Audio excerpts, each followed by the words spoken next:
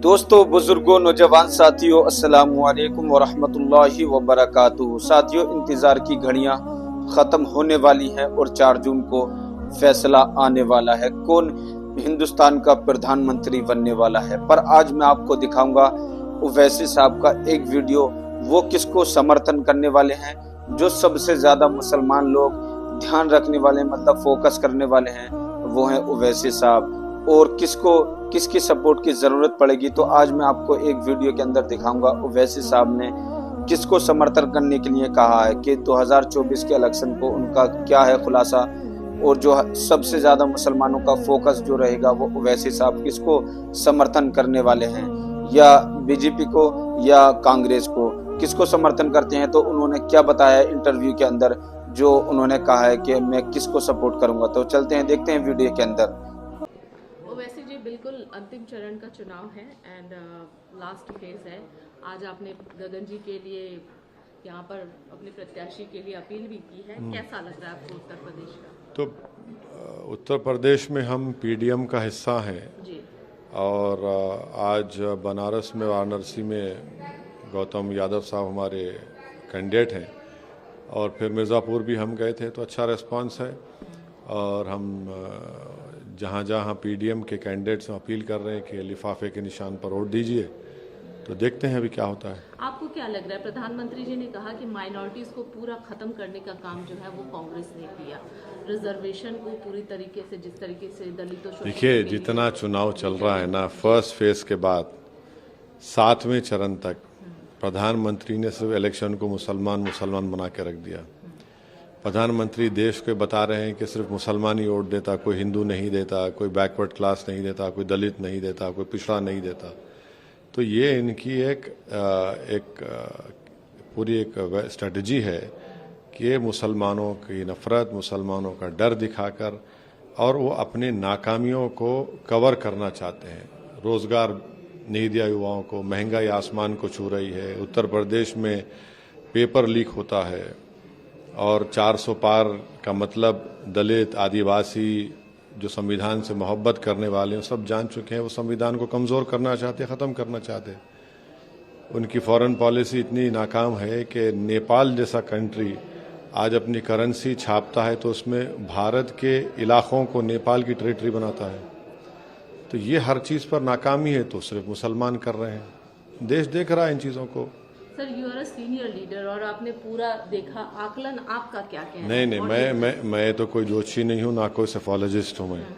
हमारी कोशिश सिर्फ यही है, हम जनता से अपील कर रहे हैं जो 7वें मरहले में मतदान के दिन अपना वोट डालने जाएंगे, इस देश को प्रधानमंत्री नरेंद्र मोदी को तीसरी मरतबा प्रधानमंत्री बनने से रोकिए, वरना बेरोजगारी में इजाफा होगा, महंगाई में और इजाफा होगा, संविधान कमज़ोर पड़ेगा, संविधान को ख़त्म करके रख दिया जाएगा।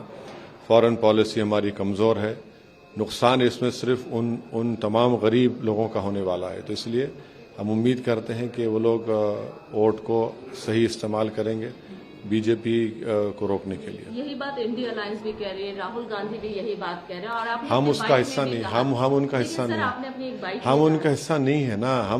हम पीडीएम का हिस्सा उत्तर प्रदेश में, हम उनका हिस्सा नहीं है। वो हमारे खिलाफ कैंडिडेट खड़ा किए हैं, समाजवादी के कैंडिडेट्स हमारे खिलाफ हैं, कांग्रेस के कैंडिडेट्स हमारे खिलाफ महाराष्ट्र में, हैदराबाद में, हम उनका हिस्सा नहीं है।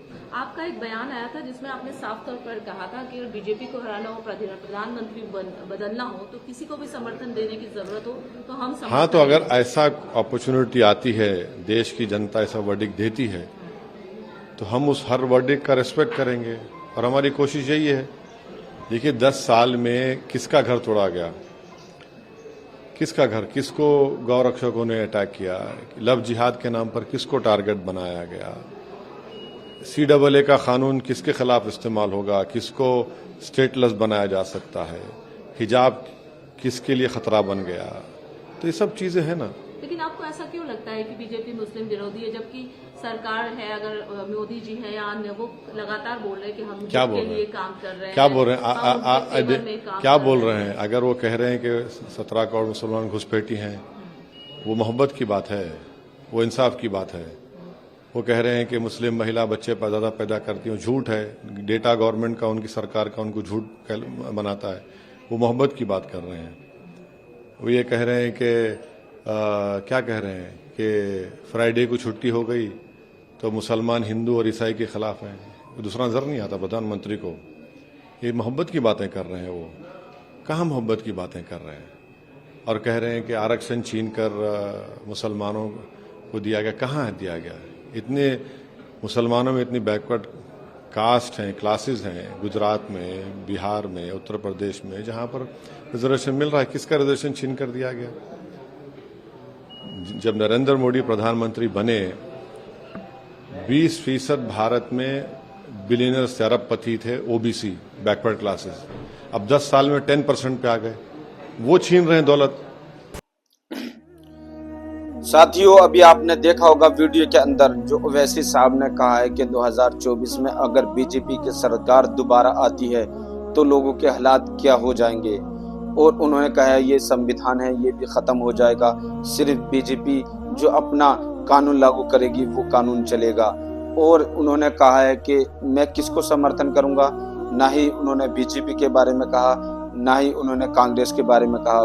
बोला कि मैं कांग्रेस का भी हिस्सा नहीं हूँ, पर हाँ जरूरत पड़ी तो शायद वो समर्थन कर दें, या उनकी मर्जी है वो क्या करें। तो साथियों, जो उन्होंने बताया इंटरव्यू के दौरान कि आने वाले समय में अगर बीजेपी आती है तो लोगों को क्या परेशानियां होंगी। जो आज माहौल हो चुका है हिंदुस्तान के अंदर, हिंदू मुस्लिम के साथ जो आज राजनीति चल रही है, उसकी वजह से क्या फर्क पड़ने वाला है इस भारत के अंदर। तो साथियों, अभी देखा होगा आपने वीडियो के अंदर। तो आज की मेरी वीडियो कैसे लगी मुझे कमेंट करके जरूर बताएं। फिर मिलते हैं नेक्स्ट वीडियो में। अल्लाह हाफिज।